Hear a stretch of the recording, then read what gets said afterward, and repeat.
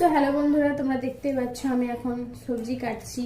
তার কারণ মা আর মেয়ে বাগানে, ওরা আজকে বলছে আমরা রান্না করে নিজেরাই খাবো, তুমি আর তোমার বাবা যা রান্না করছো করো তোমরা। আজকে মেয়ের হচ্ছে জন্মদিন, তো আজকে জন্মদিন সেলিব্রেশন আমরা করছি না, মেয়ে খুব অসুস্থ সেই জন্য।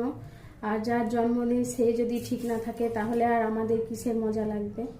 তো সেই জন্য জন্মদিনের ডেটটা একটু পরেই করব ভেবে রেখেছি, তাকে একটু সুস্থ হয়ে উঠুক তারপর করব। আর আজকে ওই যে ওইদিকে পুরো বক্স বাজছে, সবাই হোলিতে নাচানাচি করছে, রং খেলছে, আবির খেলছে।